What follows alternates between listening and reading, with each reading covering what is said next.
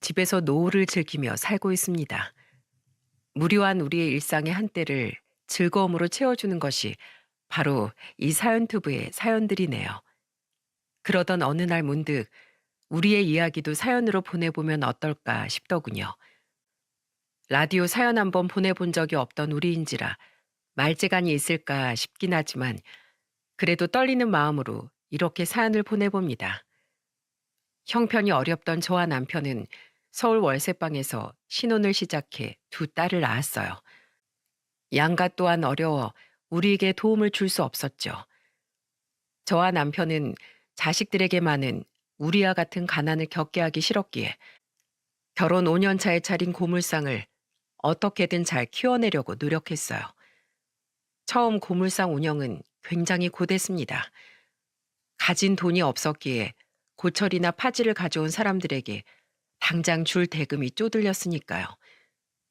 때문에 남편은 저렴하게 장만한 손수레를 끌고 직접 파지와 고철들을 주우러 다녔어요.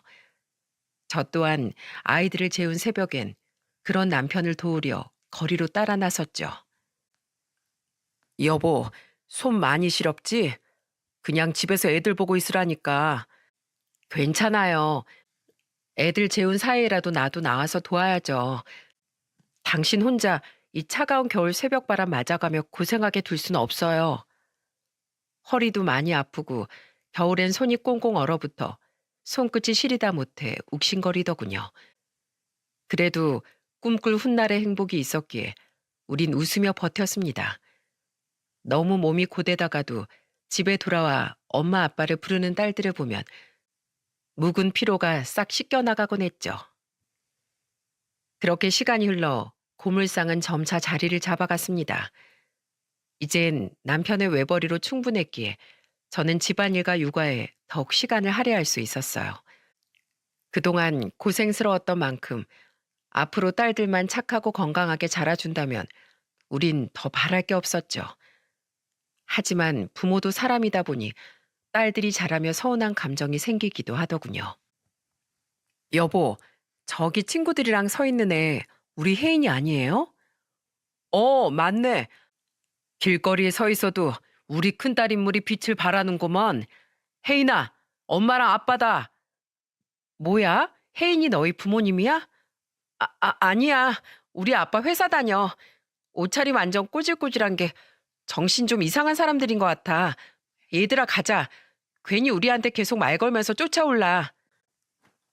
어느 날 저는 폐지가 가득 담긴 남편의 수레를 뒤에서 밀어주다 길거리에서 중학생 큰딸을 발견하곤 반갑게 인사를 했어요. 그런데 큰딸은 행색이 초라한 우리가 창피했던 모양입니다. 당황한 표정으로 우릴 모른 척하더니 그대로 우릴 모른 척하고 자리를 벗어나 버리더라고요. 게다가 우릴 창피하긴 둘째 딸도 마찬가지였죠. 언니 왜 괜히 아빠 돌아다니는 길목에서 놀았어? 난 아예 아빠 고물상 근처엔 얼씬도 안 해. 철없이 말하는 둘째 딸의 말에 어찌나 눈물이 나던지요. 남편 또한 괜스레 추레한 자신의 작업복을 내려다보며 서글픈 표정을 짓더라고요. 아무리 행색이 초라해도 부모를 창피하는 건 옳지 않은 일이라고 생각해 저는 속상한 마음을 애써 삼키며 딸들을 나무랐습니다. 아무리 그래도 부모를 모른 척하고 창피하면 되니? 너희들 먹는 거 입는 거 다 너희 아버지가 힘들게 일해서 번 돈으로 마련하는 건데 부모 가슴에 상처를 내서 되겠어? 당장 죄송하다고 사과하고 방에 들어가서 반성해. 제가 화를 내자 그제야 딸들은 울먹이며 마지못해 죄송하다고 사과를 하더군요. 이후 남편은 속상해하는 제게 다가와 저를 위로해 주었죠. 너무 속상해 마. 애들이 사춘기여서 그럴 거야. 남편은 어떻게든 자식들 입장에서 이해해주고 싶어하는 자상하고 좋은 아빠였습니다. 저는 그런 남편의 위로 덕에 딸들 때문에 속상한 마음을 애써 달랠 수 있었죠. 우린 돈을 모아 방 3개짜리 아파트 전세로 이사를 했습니다. 그런데 큰딸이 17살이던 때 우리 가족에게 아주 큰 변화가 생긴 사건이 있었어요. 어머, 막내야. 연락도 없이 우리 집에 어떻게 왔어? 어느 날 삼남매 중 둘째인 남동생보다 절 훨씬 많이 따랐던 막내 여동생이 절 찾아온 겁니다. 막내는 2년 전 제부와 이혼하고 서울에서 식당을 하며 10살 된 아들을 혼자 키우고 있었어요. 제부가 술만 먹으면 집에 들어와 난동을 부려댔던 망나니였거든요. 저는 그런 여동생이 안쓰러워 가끔 찾아가 생활비도 지어주고 조카도 챙겨주곤 했었는데 최근 이사 때문에 정신이 없어 동생을 들여다보지 못한 사이 동생의 얼굴은 굉장히 상해 있더군요. 그리고 울며 절 찾아온 동생의 입에서 나온 말은 엄청나게 절망적이었습니다. 언니, 나 백혈병이래. 자꾸 살이 빠지고 빈혈도 잦은 데다가 최근에 코피까지 자주 나더니 출혈이 잘 멎지가 않더라고. 그래서 병원에서 피 검사를 했더니 그런 청천벽력 같은 소리를 하더라. 백혈병? 어, 당장 입원해서 골수 검사 받고 치료 시작해야 한대. 언니, 나 너무 무서워. 내가 죽을까봐가 아니라 내가 잘못되면 우리 남영이는 어떡하나 싶어서 밤에 잠도 안 와. 근데 아무리 생각해도 떠오르는 사람이 언니밖에 없더라. 오빤 지방에서 자기 가정 먹여 살리기 바쁘고 부모님도 다 돌아가신 마당에 내가 누구를 의지하겠어. 언니, 나 병원에서 치료받는 동안 우리 남영이 좀 부탁하면 안 될까? 동생은 엉엉 울며 제게 조카를 보살펴달라고 부탁했어요. 저는 황급히 남편과 상의 후 어린 조카를 저희 집에서 돌봐주게 되었죠. 동생은 병원에 입원해야 했으니 조카를 혼자 집에 둘 수도 없는 노릇이었으니까요. 뭐야, 쟤 때문에 나랑 혜수랑 또 방 같이 써야 돼? 진짜 짜증나. 딸들은 방을 빼앗겼다며 어린 사촌 동생이 저희 집에 머무는 걸 싫어하더군요. 저는 혹시라도 조카가 마음의 상처를 입을까봐 딸들의 말을 조심시켰죠. 저는 병원과 집을 오가며 동생을 간병하고 조카를 돌봤습니다. 하지만 동생의 상태는 날로 악화되어 갔고 결국 동생은 백혈병 판정을 받은 지 채 1년이 되지 않아 그만 세상을 떠나고 말았죠. 동생은 숨을 거두기 전 숨을 헐떡이며 제게 조카를 부탁했어요. 언니, 제발 우리 남영이 좀 잘 부탁해. 애 아빠한테 전화해봤는데 그 사람이 이미 딴 살림 차렸다고 자기한테 애 보낼 생각 하지도 말래.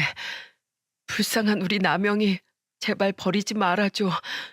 마지막까지 이런 부탁해서 정말 미안해 언니. 장례식 내내 11살밖에 안 된 조카는 자기 엄마를 찾으며 엉엉 울더군요. 이모, 우리 엄마 이제 진짜 저한테 못 와요? 저 엄마 보고 싶어요. 엄마한테 갈래요. 여보, 애 아빠가 남영이 못 맞는다고 했다며. 설사 그쪽에서 데리고 간다고 한들 술만 먹으면 손찌검을 해대는 그런 놈한테 난 남영이 절대 못 보내. 그러니 남영이 우리가 입양해서 우리 자식으로 키웁시다. 남편은 고맙게도 조카를 먼저 입양하자고 말해주더군요. 그렇게 우린 여동생을 떠나보낸 후 조카를 친양자 입양을 통해 우리 자식으로 거둘 수 있었습니다. 아버지, 저 엄마랑 도시락 싸서 아버지 도우러 왔어요. 아이고, 우리 아들 왔어? 학교 개교 기념일이라며 친구들이랑 놀지 왜 여기까지 왔어? 남영이가 혼자 고생하는 당신 도우러 가야 된다면서 어찌나 성화였는지 몰라요. 혜인이랑 혜수는 학교 쉬는 날만 되면 우리한테 용돈 더 달래서 놀러 나가기 바쁜데 아유 기특한 우리 아들. 남영이를 입양한 건 우리 부부의 큰 복이었습니다. 애가 착한 데다 어찌나 효자인지 학교가 끝나면 제 아버지 일손을 거들어야 한다며 고물상으로 달려가기 바빴죠. 그 시간에 공부를 하래도 고물상에서 하는 공부가 훨씬 더 잘 된다며 어찌나 자기 아버지를 좋아했는지 모릅니다. 딸들은 여전히 자기 아버지 직업이 창피하다며 친구들에게 남편의 직업을 속이기 바빴는데 말입니다. 시간이 흘러 세 아이는 모두 장성한 성인이 되었어요. 놀기 좋아하던 큰딸은 세 아이 중 유일하게 대학을 가지 않았고 우리의 도움으로 29살에 남대문에서 자기 옷가게를 차렸죠. 남편 고물상의 벌이가 제법 되어 당시 우린 아파트 청약으로 자가도 가지고 있었고 모아둔 돈도 꽤나 두둑했거든요. 그동안 했던 것처럼 네 가게까지 조금 힘들다고 막 그만두면 안 돼. 네가 이번엔 꼭 열심히 해보겠다고 해서 네 아버지가 창업자금 대주신 거야. 아휴, 알겠다니깐. 도와준 거 진짜 너무 생색내는 거 아니야? 큰딸은 여전히 철이 없었지만 그래도 다 큰 자식 자기 앞가림은 하게 했으니 그나마 안심이 되더군요. 지방에서 겨우 대학을 졸업한 작은 딸은 한 중소기업에 취업했고 학원도 다니지 않고 자기 아버지를 도우며 공부했던 아들은 서울의 중하위권 대학을 나와 번듯한 중견기업에 입사를 했습니다. 이후 큰딸은 35살에 고급 술집을 운영하던 큰 사위와 결혼을 했고 1년 뒤 작은 딸은 이 금융권 대출 영업사원으로 일하던 작은 사위와 100년 가약을 맺었습니다. 남편은 두 아이에게 각각 7천만 원을 지원해 주었죠. 엄마, 근데 난 좀 더 해줘야 하는 거 아니야? 큰언니 옷가게 창업할 때 아빠가 해준 만큼 나도 더 해줘야지. 야, 그건 그거고 이건 이거지. 너도 꼬우면 창업하던가. 무슨 돈을 더 해줘? 우리도 이젠 우리 노후 자금하고 남영이 장가 보낼 때 보태줄 돈밖에 없어. 7천도 굉장히 큰 돈이건만 그럼에도 불구하고 두 딸은 한 푼이라도 더 받아내려고 난리를 치더군요. 끝내 작은 딸은 물러나지 않았고 기어코 제 남편에게 2천만 원을 더 뜯어낸 후에야 난리통은 진정이 되었어요. 어차피 우린 자식들 잘 살게 하려고 아둥바둥 돈 벌고 모은 거잖소. 나도 마음이야 좋진 않지만 스트레스 받으면 머리만 아프니까 우리 그냥 좋게 생각합시다. 남편은 애써 딸들을 두둔했어요. 어차피 남편이 번 돈이니 제가 왈가왈부할 일은 아니지만 남편의 노고는 알려고 하지도 않으면서 돈만 밝히는 두 딸이 괘씸하더군요. 이후 받을 건 다 받았다고 생각했는지 두 딸은 명절을 제외하면 우리의 생일에도 잘 찾아오지 않았습니다. 사람은 끼리끼리라고 처음엔 살갑게 굴던 두 사이도 점차 우리에게 대면대면하게 굴더군요. 그래도 사이는 100년 손님이라고 남편은 명절에 찾아온 사이들과 잘 지내고 싶어 했는데 두 사이는 은근슬쩍 남편을 무시하는 발언을 해대더라고요. 내가 우리 큰 사이 술집 한번 가서 팔아줘야 하는데 말이야. 에이, 저희 술집에 오는 손님들은 하나같이 차림새도 멀끔하고 직업들도 다 좋아요, 장인어른. 대기업의 사짜 직업의 사장들의 한 번 와서 쓰는 돈만 해도 수십 수백인데 장인어른이 그렇게 쓰실 수 있겠어요?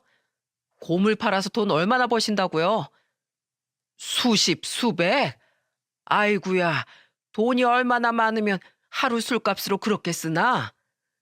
장인어른께는 좀 버겁죠? 제가 대접을 해드리고 싶어도 저도 요새 힘들어서요. 그래, 뭐 괜찮네. 우리 둘째 사인 요새 하는 일은 잘 되나? 뭐든 내 도움 필요한 일은 없고. 도움이요? 아, 장인어른, 그럼 저 통해서 대출 좀 받으실래요? 제가 괜찮은 상품들로 기가 막히게 소개시켜 드릴게요. 대출? 내가 대출 필요한 일이 뭐가 있나? 그런 거 말고 다른 건 없어? 없어요. 에휴, 제 동료들 장인들은 일부러 사이통해서 사업자금도 대출 받아주고 자동차 살 때도 사이통해서 대출 받아서 사준다던데.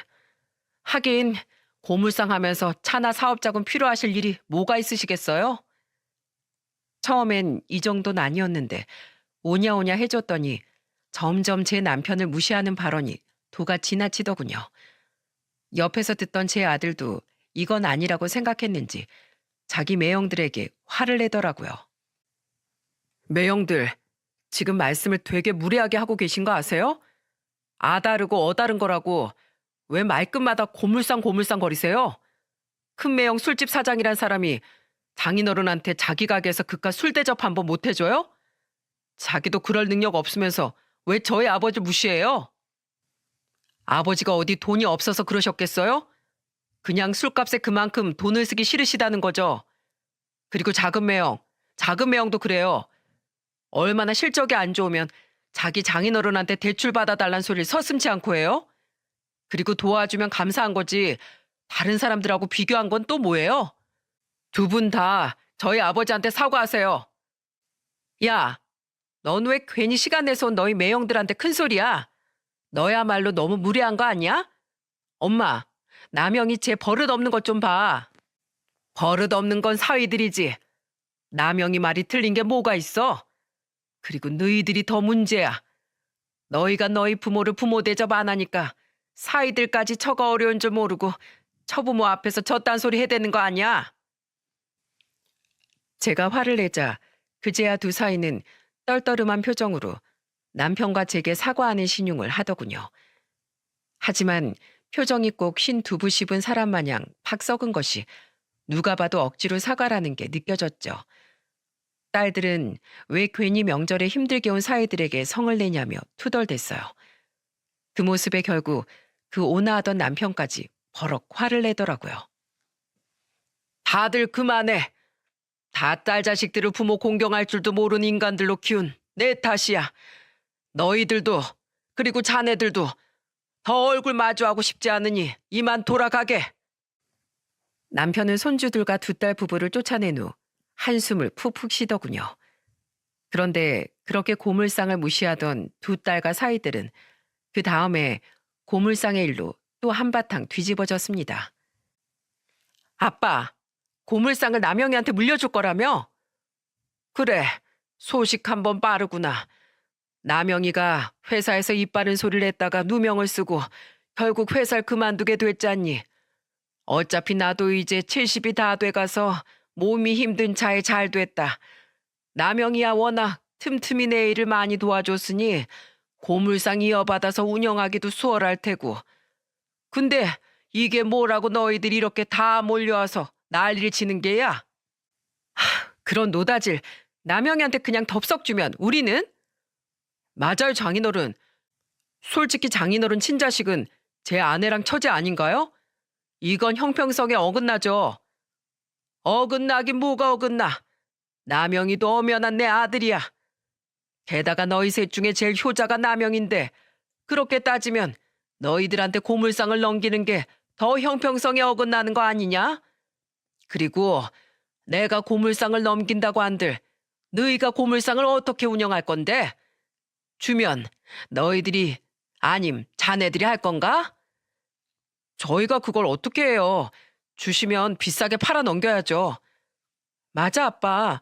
그 고물상 차라리 팔아서 우리한테 돈 똑같이 나눠주면 안 돼? 아니면 고물상 값어치만한 돈을 언니랑 나한테도 더 주던가. 그만, 그만. 그놈의 돈. 제발 그만들 좀 해라. 너희들 나한테 뭐 돈 맡겨놨냐? 우리도 돈 없다고 몇 번을 말해. 하필 아들이 집에 없던 시간이라 저와 남편은 딸들과 사이들의 아우성을 둘이서 감당해내야 했습니다. 너무도 주제 넘은 네 사람의 말에 남편은 화를 내다 못해 역정을 내더군요. 아빠, 그 고물상 남영이 줄 거면 우리 이 집 다시는 안 와. 진짜야? 네 아빠한테 그게 무슨 말버릇이야? 오지 마, 이 배은망덕한 것들. 감히 부모 돈을 가지고 부모한테 으름장을 놔? 어차피 우리만 보면 돈덩거리고 부모를 부모 대접도 안 해주면서 네가 뭔데 부모한테 이래라 저래라야? 남편이 끝까지 뜻을 굽히지 않자 두 딸과 사이는 엄청나게 성질을 내며 돌아갔습니다. 나중에 집에 들어와 자초지종을 다 들은 아들은 크게 화를 내며 누나들의 집에 쫓아가려고 하더군요. 우린 그럴 가치도 없는 놈들이라며 그런 아들을 말렸죠. 이게 다 저 때문이에요. 저 다른 직장 구하면 되니까 그 고물상 저 주지 마세요, 아버지. 두 분이 저 때문에 괜히 너무 마음고생 하시잖아요. 됐다. 너한테 고물상을 안 준대도 더는 그놈들한테 돈 줄 마음 없어. 그리고 내 피땀 흘려 일군 사업장을 내 자식한테 물려주고 싶은 건 당연한 거 아니냐? 고물상을 이어받을 마음도 없으면서 욕심만 부려대는 저런 놈들 나도 더는 필요 없다. 남편은 두 딸과 사위들에게 단단히 뿔이 난 듯 했습니다. 저 또한 남편과 같은 마음이었기에 우리는 아들을 설득해 결국 고물상을 물려주었죠. 그리고 그 사실을 알게 된 두 딸과 사위 또한 마음이 상했는지 그 뒤론 명절에도 집에 찾아오지 않더군요. 자기 누나들과 매형들에게 화가 났음에도 아들은 저와 남편이 상처를 받진 않았을까 걱정했는데 우린 그런 착한 아들의 마음이 고마워서라도 더는 딸들을 기다리지 않기로 했어요. 그런데 그 일이 있고 3년이 지난 어느 날 우리 세 식구에겐 아주 커다란 불행이 닥쳤습니다. 엄마, 얼른 병원으로 오세요. 아버지 지금 응급실로 실려가셨어요. 바로 아들의 고물상 일을 도와주려 집을 나섰던 남편이 교통사고를 당한 거예요. 고물상 앞에 거의 도착했던 남편은 갑자기 튀어나온 한 할머니의 폐지 수레를 피하려던 오토바이와 정면으로 부딪혀 1미터나 날아갔다고 하더군요. 선생님, 수술은 잘 된 게 맞나요? 그런데 왜 저희 남편이 눈을 못 뜹니까? 예? 다행히 수술은 잘 끝났는데 머리를 심하게 부딪힌 데다 연세까지 있으시니 신체에 무리가 많이 간 상태입니다. 이제 저희 손은 떠났으니 부군께서 무사히 의식을 되찾으시길 기도하는 수밖에 없어요. 이대로 의식을 못 찾으시면 마음의 준비를 하셔야 합니다. 너무 무서웠습니다.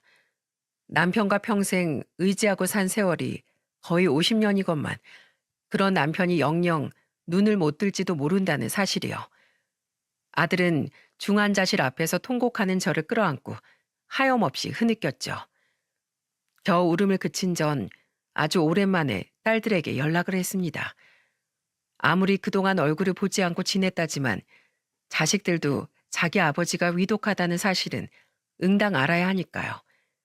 저는 우선 큰딸에게 전화를 걸었는데 딸이 전화를 받지 않아 큰사위에게 다시 전화를 걸었어요. 그런데 큰사위 입에서 나온 말은 기가 막히기 짝이 없더군요. 장인어른이요? 근데 제가 요새 사람이 없어서 술집을 못 비울 것 같아가지고요. 아직 돌아가신 건 아니죠? 애엄마한테 다시 전화 걸어보세요. 저는 바빠서 이만 끊을게요, 장모님. 게다가 뒤늦게 다시 전화가 걸려온 큰딸 또한 더더욱 되먹지 못한 소리를 짓거리는 게 아니겠어요? 아빠가? 하, 그렇게 딸들 귀한 줄 모르더니 벌 받았네. 난 또 3년 만에 무슨 일이라고. 나 장사하느라 바빠. 어차피 중환자실 하루 종일 면회되는 것도 아니라며. 아빠 의식도 없는데 내가 가서 뭐해? 고물상 물려받은 효자 남영이나 열심히 옆에서 아빠 지키라고 해. 천불이 났습니다. 뒤이어 제 전화를 받은 작은 딸 또한 똑같은 반응이더군요. 게다가 작은 사위는 아예 제 전화를 받지도 않았죠. 네 아버지가 얼마나 고생을 하며 저들을 키웠는데 어떻게 아버지가 위독하다는데도 한 명도 안아볼 수가 있니? 그것들이 사람이니? 어? 누나들이나 매형이나 진짜 미친 거 아니에요? 어떻게 인두껍을 쓰고 그럴 수가 있냐고요? 아들은 화를 참지 못하고 자기 누나들에게 전화를 걸었지만 딸들과 심지어 사위들까지 아무도 아들의 전화를 받지 않았습니다. 이런 것들도 자식이라고 가끔씩 딸들의 사진을 들여다보던 남편이 너무도 가여워 미칠 것만 같았죠. 남편은 2주일이 넘게 중환자실을 벗어나지 못했습니다. 그동안 저와 아들, 그리고 아들과 곧 결혼할 예정이었던 예비 며느리만 돌아가며 중환자실에 면회를 갔었죠. 아들을 닮아 예비 며느리 또한 어찌나 심성이 고운지 깨어나지 못한 제 남편을 보며 눈물을 뚝뚝 흘려주더라고요. 2주 후 남편은 일반 병실로 옮겼지만 여전히 의식을 차리지 못했고 그렇게 시간은 야속하게 흘러갔어요. 그렇게 남편이 사고가 난 지 한 달이 됐던 날 사람이 아닌 개망나니들이 저희 집에 찾아왔더라고요.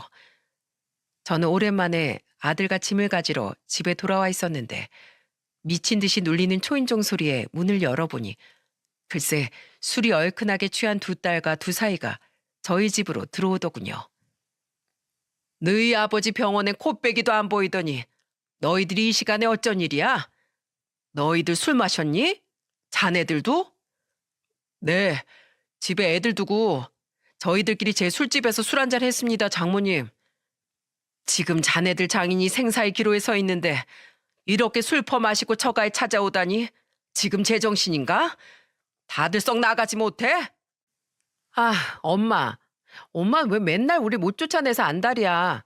우리 중요한 일 상의하면서 딱 한 잔씩 마신 거야.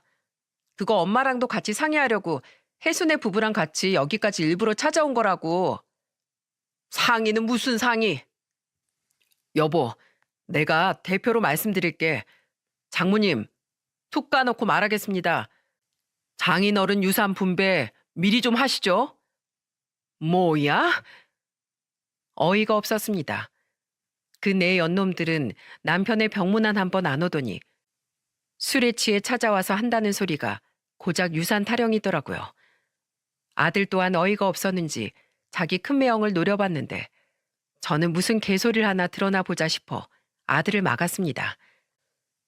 장모님, 제가 장인어른 위독하시다는 말을 듣고 좀 알아봤는데요. 고물상 하는 사람들 재산이 꽤 된다고 하더라고요.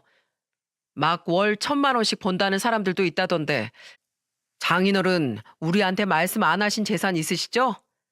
고물상을 몇 년을 하셨는데 돈이 없다는 게 말이 안 되잖아요. 그래서 그게 자네랑 무슨 상관인가? 아직 멀쩡히 살아있는 양반 재산을 자네가 왜 탐내냐고. 에이, 섭섭하게 그런 말씀 하신다. 어차피 장인어른 돌아가시면 그 돈 다 자식들 목 아니에요? 이대로 못 깨어나실 가능성이 크다면서요. 장모님, 이 큰 사이가 사실 요새 많이 힘듭니다. 요즘 다들 힘든 마스크 시국이잖아요. 저 같은 자영업자들은 아주 죽을 맛이라니까요. 그러니까 이참에 자식들한테 유산 먼저 좀 배분해 주셔서 이 사위 좀 도와주십시오. 맞아, 엄마. 이 사람 술집 망하면 우리 집 타격이 커. 대출도 많이 받은 마당에 이젠 어떻게 해야 하나 고민했는데 마침 아빠가 딱 타이밍 좋게 이렇게 된 거 있지? 아빠가 돌아가시게 생긴 건 나도 너무 마음 아프지만 산 사람은 살아야 하잖아. 안 그래? 아빠 숨겨둔 재산 있지? 어? 엄마, 어차피 자식 주려고 번 돈 딸내 집 좀 살려주라. 엄마, 이번엔 언니네 주는 만큼 우리도 똑같이 줘야 돼? 맞습니다, 장모님. 저도 처형한테 창업자금 지원해 주셨다는 거 결혼하고 나서 나중에 듣고 엄청 섭섭했어요. 자식은 차별하면 안 되죠. 맞다, 강남영. 넌 아빠 친자식도 아닌 게 양심 있으면 유산 넘볼 생각 꿈도 꾸지 마. 알았어? 저번에 아빠 고물상 네가 채 갔을 때도 언니랑 내가 얼마나 약올랐는데. 개판이었습니다. 말 그대로 저 말들이 어디 사람 입에서 나올 소리입니까? 개소리였죠. 부모의 죽음 앞에서 유산 타령만 하는 저놈들이 어떻게 자식이고 사이랍니까? 저는 유산 생각에 신이 난 표정으로 막자지껄 떠들어대던 두 딸 앞으로 걸어갔습니다. 그리곤 망설임 없이 두 딸의 뺨을 아주 세차게 내리쳐버렸죠. 아, 엄마! 이 싸가지 없는 것들아. 아주 너희들 아버지 제발 돌아가시라고 고살 지내라. 너희들 아버지가 널 얼마나 금이야 오기야 키웠는데 이 고얀 것들. 뭐? 타이밍 좋게 네 아버지가 위독해졌다고? 얼마나 끔찍한 금수가 돼야 그런 말을 할 수 있는 거냐? 그리고 둘째 너, 남영이가 우리 친자식이 아니라고? 너희 같은 친자식들보다 우리 남영이가 100배, 아니 1000배는 더 자식 노릇을 다 했어. 양심 있으면 유산 넘볼 생각 꿈도 꾸지 말아야 할 건 바로 너희들이야. 그리고 김서방, 사위 노릇 한 번 한 적 없는 사람이 왜 장인 돈을 탐내? 이서방 자네도 똑같아. 내 남편이 자기 돈 자기가 알아서 쓴다는데 자네가 왜 서운해해? 어디 정신이 이상한가? 난 그 돈 너희들한테 한 푼도 못 줘. 엄마, 진짜 말 이상하게 한다? 자식이 꼭 부모한테 효도해야 자식이야? 낳아줬으면 땡인 거지. 뭘 그렇게 효도를 바래? 그리고 엄마가 안 주면 뭐, 아빠 재산이 우리한테 안 와? 우리가 소송 걸면 어차피 우리 목 정도는 받아낼 수 있거든? 그만 좀 해, 누나. 진짜 해도 해도 너무한 거 아니야? 어떻게 돈만 보면 사람이 그렇게 물불을 못 가려? 매형들도 작은 누나도 다 똑같아. 엄마까지 혈압 올라서 쓰러지게 하고 싶지 않으면 그만 돌아가. 매형들도 돌아가요. 간다 가. 웃겨 진짜. 넌 옛날부터 참 효자납셨다. 어?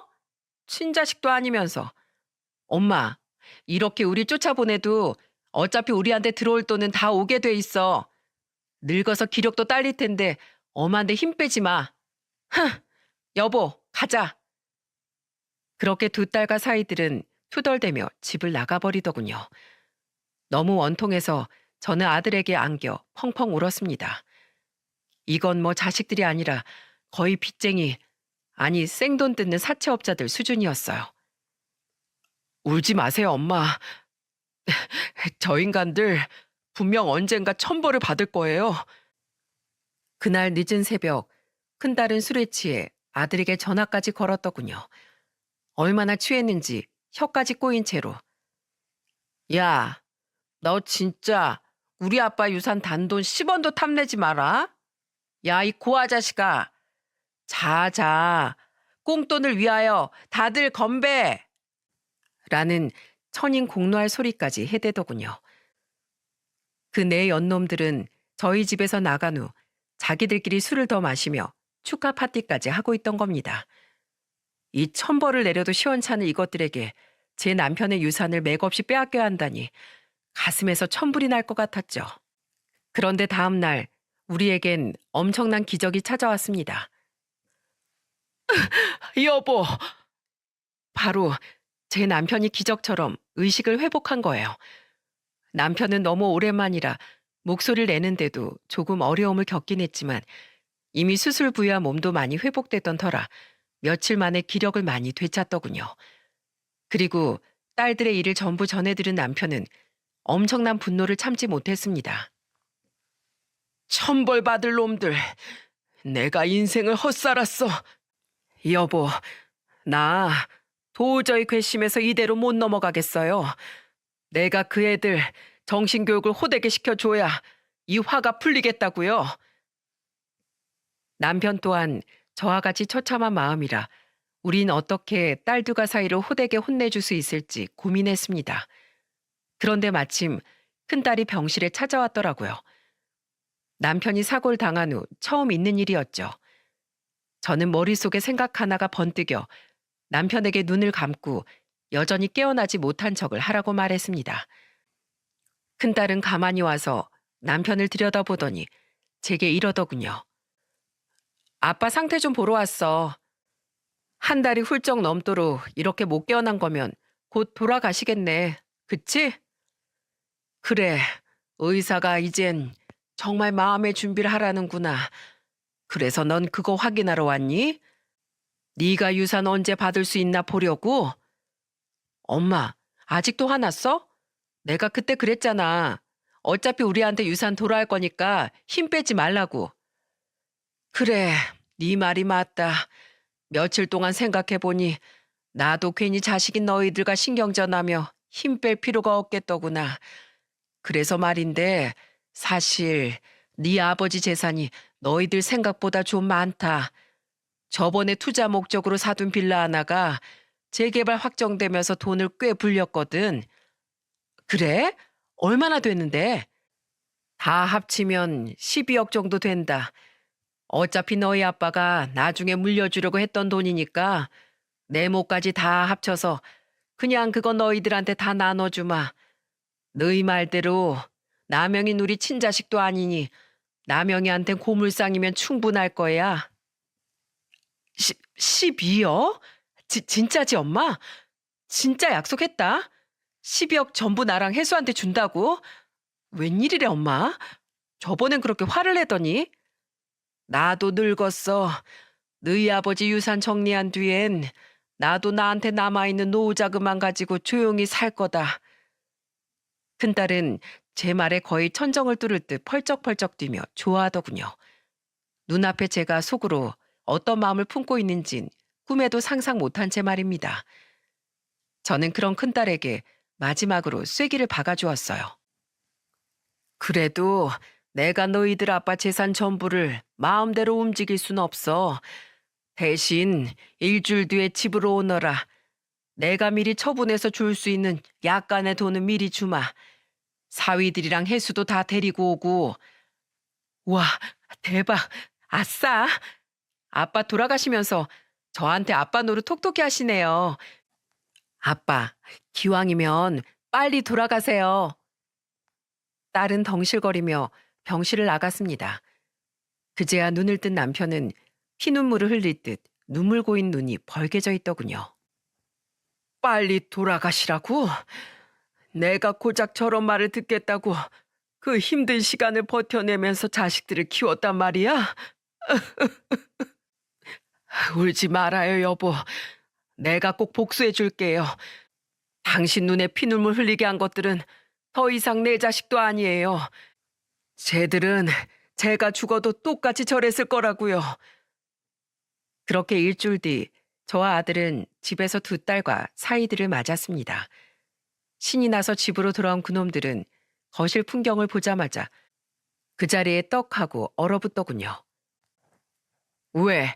귀신이라도 봤어? 왜냐하면 제 옆엔 전날 퇴원을 한 남편이 눈에 불을 켜고 앉아 있었거든요. 멀쩡한 모습으로 앉아 있는 남편을 보고 내 놈의 얼굴은 새파랗게 질리기 시작했어요. 아빠, 어떻게 이렇게 갑자기?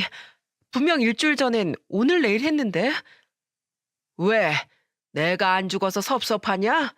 내 유산 못 받게 생겨서? 다들 앉아라. 우선 내 사과부터 하마. 미안하게 됐어. 나도 너희들한테 그 12억 나눠주고 싶었는데 너희 아빠가 이렇게 멀쩡하게 깨어났지 뭐니? 말도 안 돼. 엄마 지금 장난쳐? 엄마랑 아빠 둘이 짜고 일부러 그런 거지? 야, 강남영, 너도 알고 있었지? 어? 왜 그렇게 화를 내, 누나? 어찌됐든 아버지가 깨어났으면 자식으로서 당연히 축하할 일 아니야? 남영이 말이 맞다. 그리고 깨어난 너희들 아빠가 그 돈으로 남영이 신혼집을 얻어주겠다더구나. 서울에 6억 정도 하는 아파트로 말이야. 그리고 남은 돈은 사회에 기부할지언정 너희에겐 한 푼도 못 준대. 난 너희에게 돈을 주고 싶었지만 어쩌겠니. 재산 주인은 너희들 아빠인걸. 네, 저는 남편에게 눈을 감고 있으라고 말할 때부터 애초에 딸들에게 돈을 줄 생각이 추워도 없었어요. 그저 돈밖에 모르는 그 애들에게 희망을 심어주고 그 희망을 빼앗아 좌절감을 보여주고 싶었죠. 그리고 더 이상 부모에게 돈이 있어도 그 애들에겐 그림의 떡이라는 걸 확실하게 알려주고 싶었답니다. 그런데 이어진 그 아이들의 말은 참으로 점입가경이더군요. 뭐? 안 돼.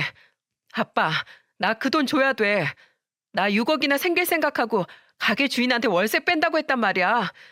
진상들 지긋지긋해서 이제 쇼핑몰 차려서 대표 소리 들으려고.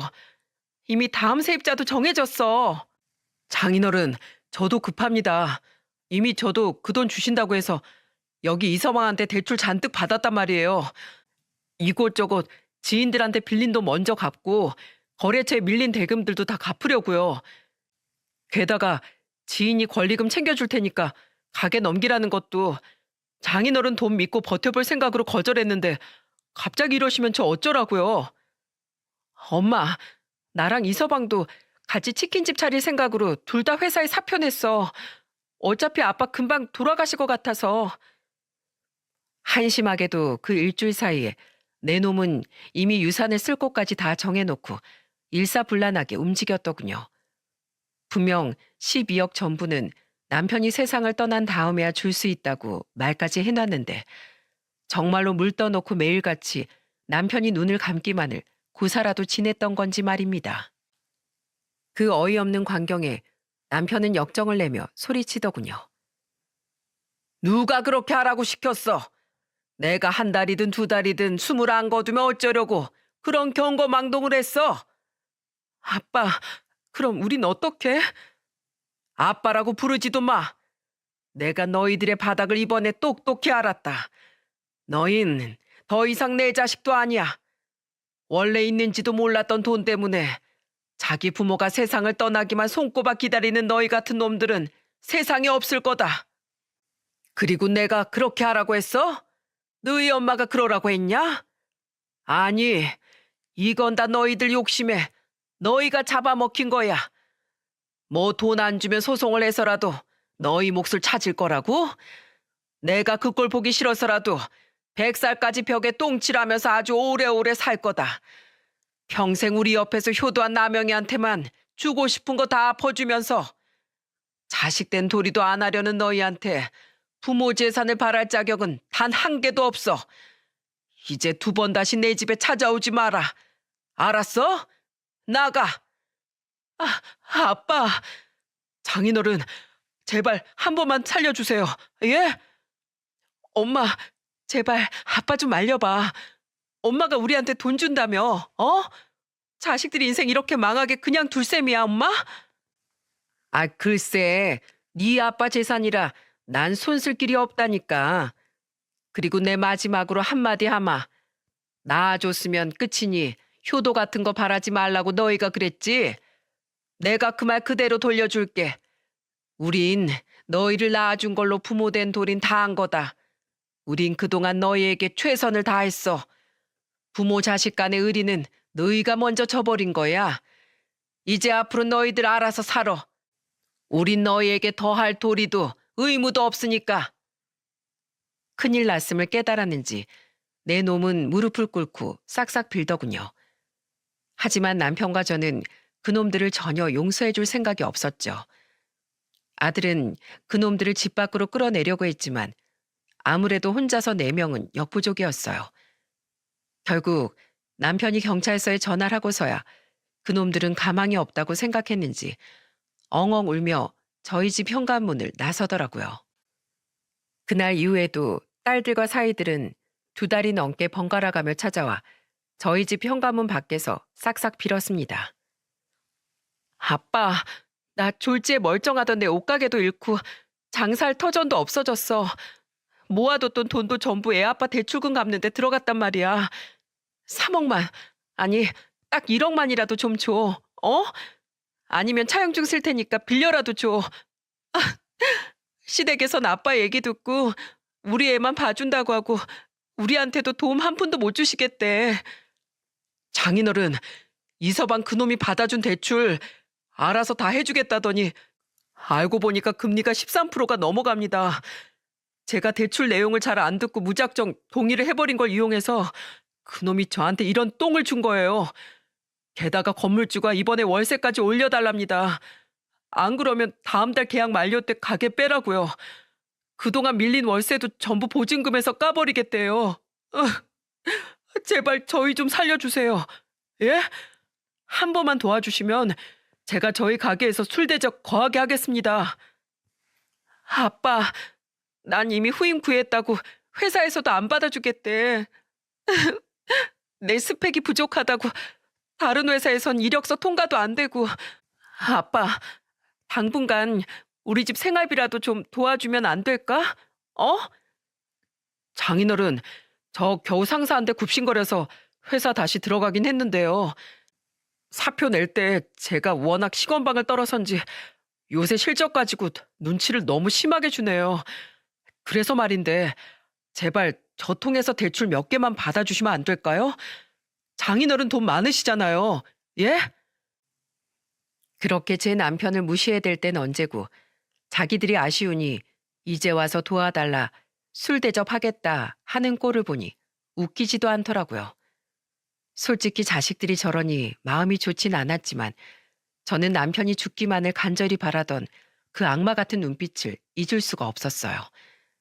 남편 또한 마찬가지였는지 듣다 못해 경찰을 불러 몇 번이나 그놈들을 쫓아낸 후에야 더 이상 그놈들은 저희 집을 찾아오지 않았죠. 그렇게 남편에게 사고가 난 지도 1년이 지난 지금 우리는 여전히 딸들 부부와 교류를 하고 있지 않습니다. 마지막으로 큰딸에게 문자를 받은 게 한 달 전인데 그때 큰딸은 우리에게 저주를 퍼붓더군요. 내 남편 가게 결국 망하고 지금 막노동하고 있어. 나도 남의 옷가게에서 직원으로 일하면서 우리 겨우 입에 풀칠하고 살아. 대출금 갚으면서. 혜수는 아직도 취업도 못해서 그 집도 근근히 살고 있고. 이제 속 시원해, 엄마? 그때 우리 그렇게 물먹여서? 자식들 이렇게 망하게 해놓고 엄마랑 아빠가 얼마나 두 발 뻗고 편하게 사나 나 두고 볼 거야. 둘 다 치매 걸려서 평생 자식들 그리워하다가 빨리 저 세상이나 가버려. 혜수도 두 사람 모두 꼭 편히 눈 감지 말라고 전해달래. 그 문자를 보고 남편과 제가 얼마나 울었는지 모릅니다. 솔직히 남편이나 저나 그래도 자식들한테 너무했던 게 아닌가 싶어 마음이 약해지고 있었거든요. 그래서 조용히 찾아가 조금씩이라도 도움을 줘야 하나 고민을 하고 있던 와중에 그런 문자를 받게 된 거죠. 자식들에게 빨리 죽으라는 말을 두 번이나 들은 남편은 큰 충격에 휩싸여 한동안 심한 몸살까지 앓아야 했답니다. 그런 우리를 위로해 준 건 8개월 전 결혼한 아들과 며느리예요. 착한 두 아이는 한창 신혼인 지금 둘이서만 놀러 다니기에도 바쁠 텐데 자꾸 시간을 내어 저희까지 데리고 종종 여행을 다니곤 합니다. 일하고 신혼 즐기느라 정신 없을 텐데 뭐하러 자꾸 와. 우린 요즘 둘이서도 즐겁게 잘 지낸다.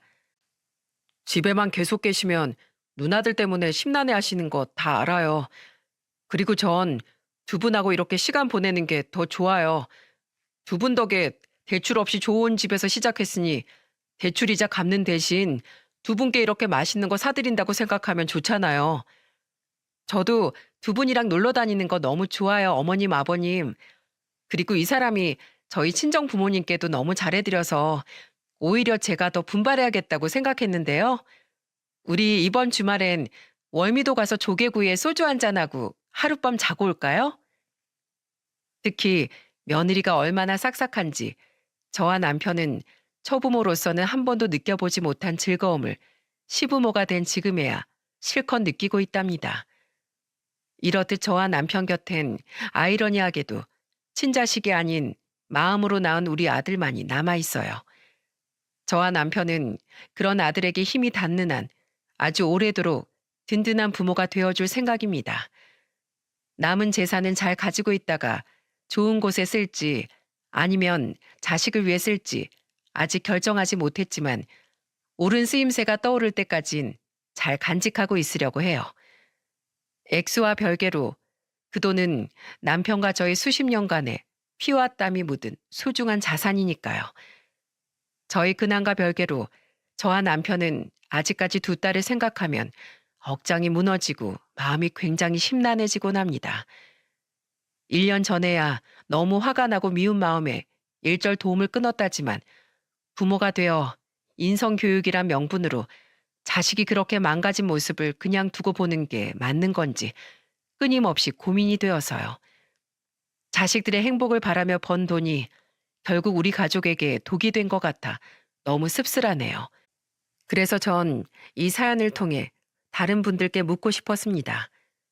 손에 돈을 쥐고 있지 않으면 부모 대접도 못 받는 게 정말 요즘 세상인지, 다른 분들도 다들 저와 남편처럼 이렇게 씁쓸함을 느끼며 살고 계시는지 말이죠.